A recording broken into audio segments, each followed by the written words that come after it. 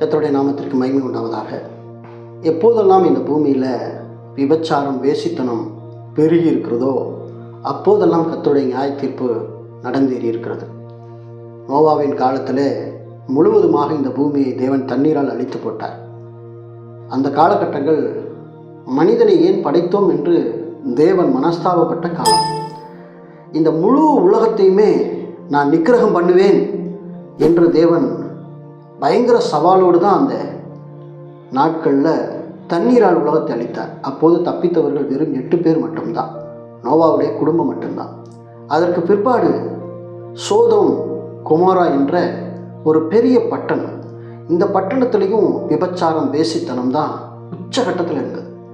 ஆகவே அந்த விபச்சாரம் வேசித்தனம் பாவம் தேவனுடைய பரலோகம் வரைக்கும் எட்டினதுனால தேவன் அந்த 2 பட்டணத்தையுமே கந்தகத்தை வருஷித்து அக்கினியை கொட்டி அதை சாம்பலாக சுட்டரித்து போட்டார். இதே போல நினிவே பட்டணத்திற்கும் ஒரு எச்சரிக்கையை தேவன் யோனா மூலம் கொடுத்தார். நினிவே பட்டணம் அவ்வளவு மோசமான பட்டணமாக இருந்தது. இந்த மனிதர்களுடைய செயல்கள் எல்லாமே எதை மெயின் பண்ணி போகியிருக்கிறது என்று சொன்னால் விபச்சாரம் வேசித்தனம். இந்த கடைசி நாட்களும் இதே தான் நிகழ்ந்து கொண்டு இருக்கிறது. எங்கு பார்த்தாலும் விபச்சாரம் வேசித்தனம்.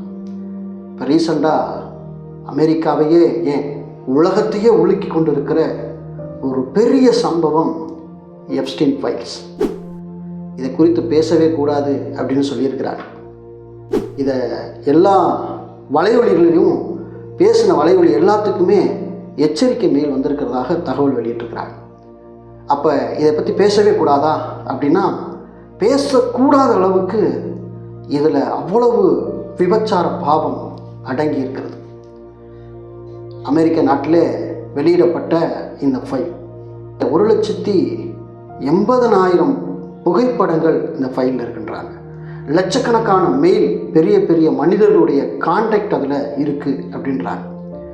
2000க்கும் மேற்பட்ட வீடியோ கிளிப்புகள் இருக்குது அப்படின்னு சொல்கிறாங்க.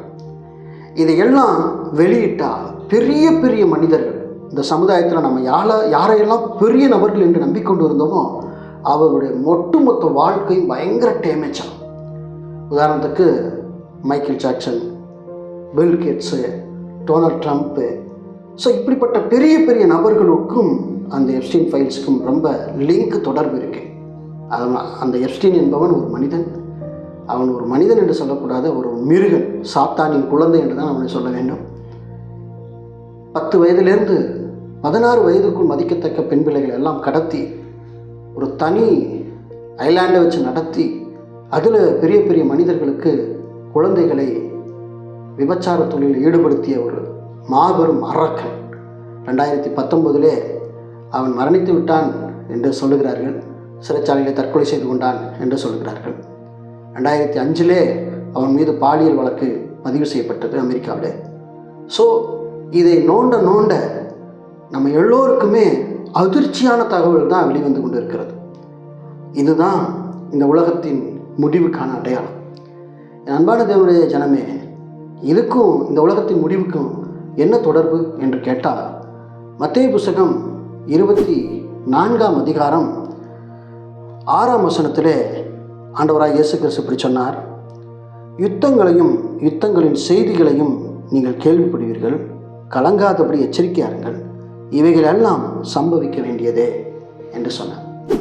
இப்போ இந்த சம்பவமானது, இந்த அந்தரங்க பாவங்களான அடங்கிய அந்த வீடியோக்களானது வெளிவந்தால் ஒவ்வொரு நாட்டில் இருக்கக்கூடிய பெரிய மனிதர்களோட முகத்திரைகள் கிழிக்கப்படும். அப்போது நாட்டுக்கு நாடு பயங்கர யுத்தங்கள் உருவாவதற்கான வாய்ப்புகள் இருக்கிறது என்று சொல்கிறார்.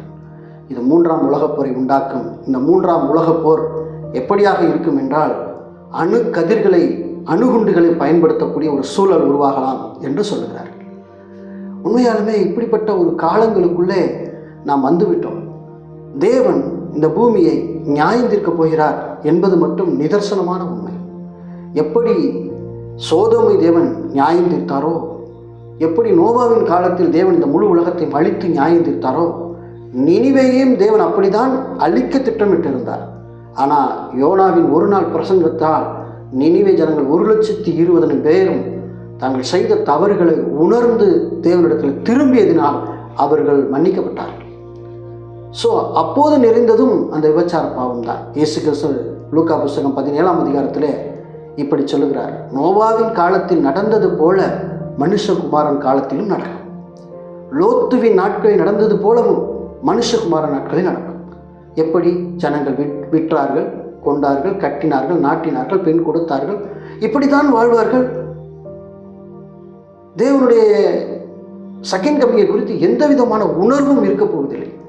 மழை வந்து மேலே கிளம்புகிற வரைக்கும் நோவா சொன்ன வார்த்தையின் மீது எவனுக்கும் நம்பிக்கை இல்லை. மழை வரும், மழை வரும், மழை வரும் என்று 120 வருடம் நோவா கத்தினான். Not accepted. சோதமிலே அந்த பாவத்தை பார்த்து நீதிமானாகிய லோத்து தன் இதயத்திலே வாதிக்கப்பட்டான் என்று வேதாகமம் பதிவு செய்கிறது. அப்போ லோத்து அந்த சோதமின் பாவத்தை கண்டித்து சொல்லிக்கொண்டே இருந்திருப்பான். மனம் திரும்பவே இல்லை. இன்றைய காலகட்டத்தில் பெரிய பெரிய பாவங்கள் இன்றைக்கு நிகழ்ந்து கொண்டே இருக்கிறது. மனம் திரும்புகள். இந்த பாவத்தை விட்டு இயேசு 2ஆம் முறை இந்த பூமிக்கு வரப்போகிறார் என்று சொன்னால் யாரும் அதை கேட்பதற்கு ஆள் இல்லை. நிச்சயமாக நான் நினையாத நேரத்திலே தேவன் வருவார். என் அன்பான தேவனுடைய ஜனமே, இந்த செய்தி மூலம் உங்களுக்கு சொல்லக்கூடிய ஒரு தகவல் என்னவென்றால், நிச்சயம் இந்த உலகம் அழிவை நோக்கி போய் கொண்டு இருக்கிறது என்று சொன்னால் மாற்று கருத்து இல்லை. வேதாகம் அதை ரொம்ப தெளிவாக பதிவு செய்கிறது. இந்த நாள் இறுதி நாள். தேவன் இந்த பூமியை நியாயம் தீர்க்க வரப்போகிறார் என்பது மட்டும் நிதர்சனமான உண்மை.